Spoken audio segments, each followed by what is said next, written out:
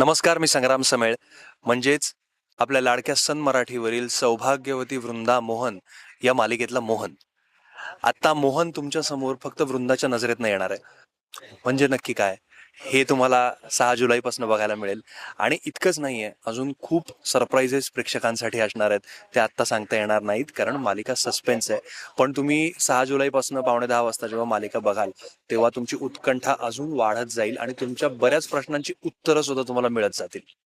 संग्राम, पहिलं तर स्वागत आहे तुझं स्टार मीडिया मराठीमध्ये. आणि बऱ्याच महिन्यानंतर पुन्हा आपण भेटतोय.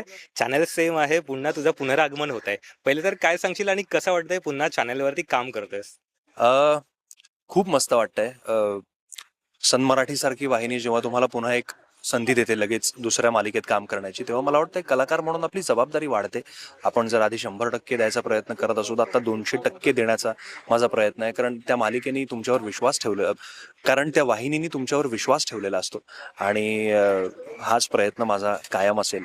एक अतिशय वेगळी भूमिका आहे, ज्यात प्रेक्षकांनी मला कधीच बघितलेलं नसेल. माझ्यासाठी स्वतःसाठी ही भूमिका चॅलेंजिंग आहे, कारण मी तसा नाही आहे जसा मोहन आहे. मोहन खूप साधा आहे, खूप इनोसेंट आहे, खूप खरा आहे, खूप प्रेमळ आहे. त्याचं त्याच्या वृंदावर जीवापाड प्रेम आहे. आणि मोहन साकारताना मला खूप मजा येते. बरं संग्राम, जेव्हा हे कॅरेक्टर खूपच वेगळं आहे, तू मगाशी सुद्धा सांगितलं होतास. तुझ्यापर्यंत आलं, तुला पोचलं की असं असं कॅरेक्टर आहे, पहिली तुझी रिॲक्शन काय होती आणि होकार देण्याचं कारण तुझं? खरं सांगायचं तर मी वर्षभर नाटकं करत होतो. माझी 2 नाटकं वर्षभर सुरू आहेत. आणि मी एका चांगल्या रोलसाठी स्पेसिफिकली थांबलो होतो. वर्षभर मी दुसऱ्या कुठल्याही मालिका करत नव्हतो, कारण मला एक काहीतरी वेगळं करायचं होतं जे माझ्यासाठी चॅलेंजिंग असेल. आणि तशी ही भूमिका मला आली. अजय मयेकर सरांचं प्रोडक्शन हाऊस आहे. इनिशियली त्यांनीच डिरेक्शन सुरू केलं, आता विघ्नेश कांबळे सर डिरेक्ट करतात. सो अजय सरांबरोबर मी 8-9 वर्षांपूर्वी काम केलं होतं. आणि अजय सर नेहमी काहीतरी वेगळं करू पाहणारे दिग्दर्शक आहेत. सो मला त्यांच्याबरोबर एक फ्रेश शो करायचा होता. आणि जेव्हा मला कळलं अजय सर ही मालिका करतायत, तेव्हा मी फार एक्सायटेड होतो. त्यात इतकी वेगळी गोष्ट आहे की अशा धाटणीची एकही मालिका आत्ता सुरू नाही आहे. आणि प्रेक्षकांनाही ती उत्सुकता लागून राहिली आहे प्रोमोजमधनं की नक्की काय असेल. सो मला सुद्धा जेव्हा मी पहिल्यांदा ऑनलाईन ऐकली, आणि खरं सांगायचं तर आम्हाला कलाकारांना फक्त ऑनलाईन माहिती आहे. पहिल्यांदा असं होतं की आम्हाला खरंच गोष्ट माहीत नाही आहे, कारण मग आपण काम करताना बऱ्याच गोष्टी अँटिसिपेट करतो, म्हणून आमच्यापासून ही गोष्ट गरजेपुरतीच सांगितली जाते आम्हाला ही गोष्ट. सो एक वेगळीच मजा येते हे कॅरेक्टर करताना.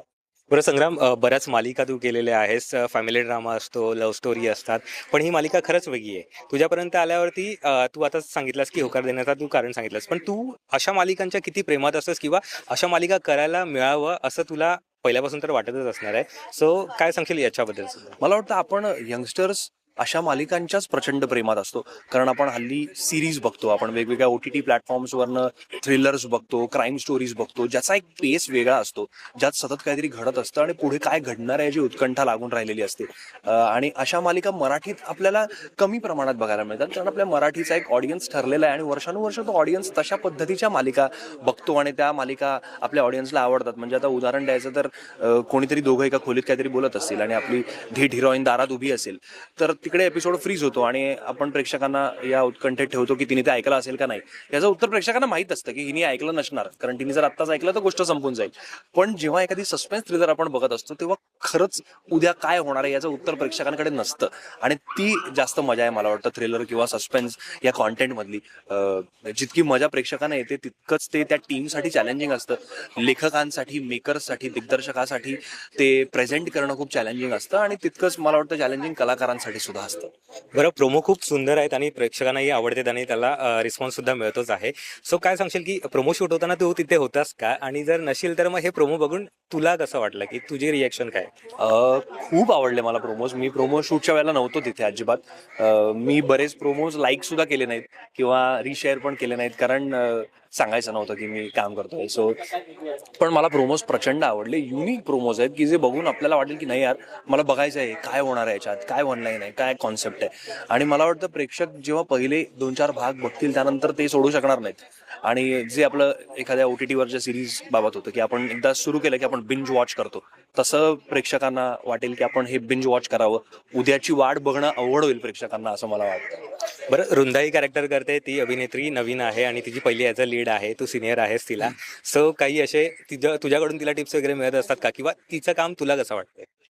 ती खूप मनापासून काम करते. मला वाटतं सिनियर म्हणण्यापेक्षा मला हे म्हणायला आवडेल, की जेव्हा आपल्यापेक्षा वयाने लहान कोणीतरी आपल्याबरोबर काम करत असतं, तेव्हा त्यांचं पॅशन बघून आपल्याला ते शिकण्यासारखं असतं, की त्यांची जी काम करण्याची भूक असते, ती मला वाटतं आपली सुद्धा टिकून राहते त्यांच्याकडे बघून, की नाही मला हा सीन खूप छान करायचा आहे, आता आलं मग मी स्क्रिप्ट वाचणार. तेव्हा आपल्याला आठवतं, की अरे हा हे पॅशन आपल्यात पण काहीतरी होतं आणि ते हरवून देता कामा नये.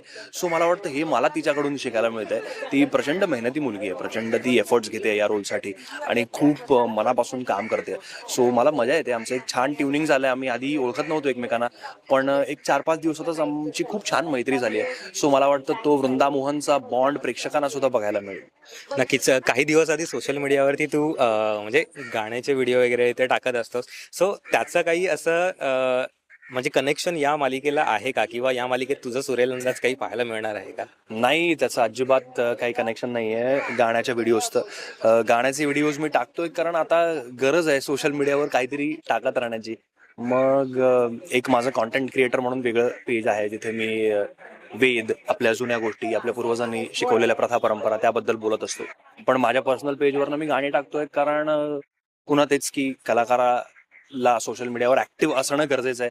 मग जर कॉन्टेंट करायचा आहे तर तो काहीतरी प्रेक्षकांना बघून मजा येईल आणि त्यातून काहीतरी आपली कला सादर करून दाखवण्याचा प्रयत्न आहे. सो त्याचा गोष्टीशी काही संबंध नाही. बरं, नवीन मालिका आहे. आपण अर्थातच आपण घरच्यांना सुद्धा सांगत असतो. पण तू काही सस्पेन्स ठेवलेस का ह्याच्याबद्दल? किंवा घरच्यांना सांगितल्यावरती त्यांचे प्रोमो बघून काही रिएक्शन? त्यांना प्रोमो खूप आवडले. घरच्यांवर अशा वेळेला लक्ष ठेवायला लागायचं कारण मम्मानी माझ्या शेअर करून टाकला प्रोमो. त्यांना नाही ना कळत की आपल्याला सांगायचं नाही आहे.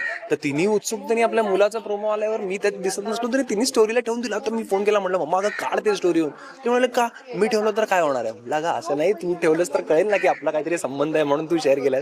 मग तिने काढलं. सो ते इतके एक्सायटेड होते आणि आज सुद्धा ते आजच्या सगळ्या समारंभासाठी खूप एक्सायटेड आहेत. प्रोमो बघून ते उत्सुक आहेत की मालिकेत काय असणार आहे ते बघायला. नक्कीच, आम्ही सुद्धा एक्सायटेड आहोत. सो थँक्यू सो मच आमच्याशी गप्पा मारल्याबद्दल. थँक्यू. जाता जाता प्रेक्षकांना काय सांगशील? 6 जुलैपासून रात्री 9:15 वाजता सौभाग्यवती वृंदा मोहन ही आमची मालिका आपल्या लाडक्या सन मराठीवर नक्की पहा. तुम्हाला रोज रात्री झोपताना विचार करायला लावणारी मालिका की उद्या काय होणार आहे, आज काय झालं आणि उद्या काय काय होणार आहे, गोष्टीत काय काय असणार, हे रोज तुम्हाला विचार करायला लावणारी मालिका आहे. तुम्हाला रोज एक थरार अनुभवायला मिळेल. जो प्रवास वृंदाचा आहे तो प्रवास तुम्ही सुद्धा अनुभवाल आणि एक वेगळा अनुभव तुम्हाला एक मालिका घरच्या घरी बसून देणार आहे.